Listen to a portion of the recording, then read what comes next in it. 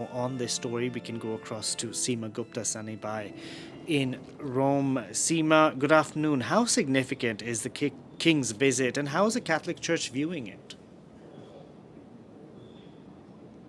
Well, this is really a hugely symbolic, important, historic, momentous. Those are the words that are being used because it's the first time that you have a British monarch and a Catholic Pope praying together since 1534. That's when Henry VIII broke with Rome and created the Church of England when the Vatican refused to annul his marriage. So there have been centuries of distrust and tension. Of course, in recent decades, there have been improving ties. We have seen even the King himself, when he was Prince Charles, make several visits to the Vatican. But now, of course, this historic prayer service, and I have to note, mainly in the English language, because, of course, Pope Leo XIV, speaking in his own native tongue, the US-born Pope, of course, speaks English. So we saw that. We saw singing involving the choirs of both the Vatican as well as royal choirs together, and all Anglican and Catholic clergy together in the Sistine Chapel, all against the backdrop of the Sistine Chapel, of course, underneath the magnificent frescoes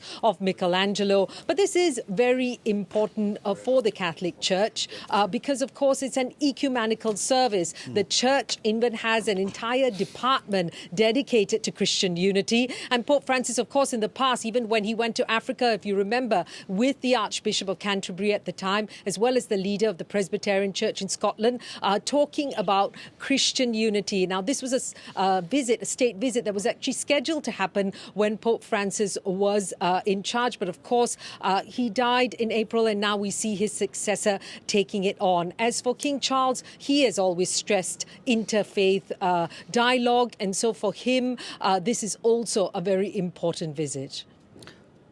Seema, while both sides seem intent on building bridges, this visit for the King comes at an embarrassing time for him, doesn't it? This, as Virginia Giuffre's, the late Virginia Giuffre's book gets published, renewing the focus on his brother, Prince Andrew.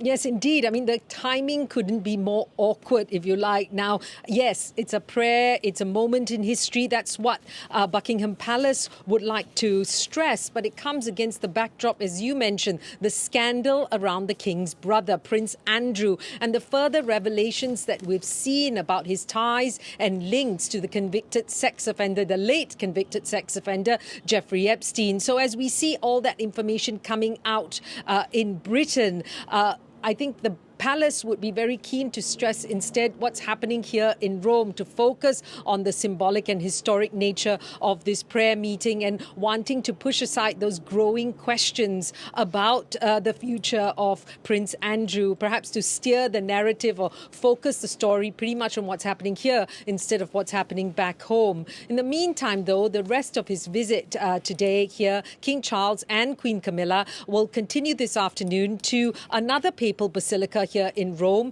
St. Paul's outside the walls. This is a basilica that had links to the English monarchy right up till the Reformation. And now we see that link perhaps being joined again with the king visiting the palace, the basilica, and he will be presented with a special chair that will be his seat, a wooden seat, not just for him, but all his heirs as well. So the future successors to the king himself.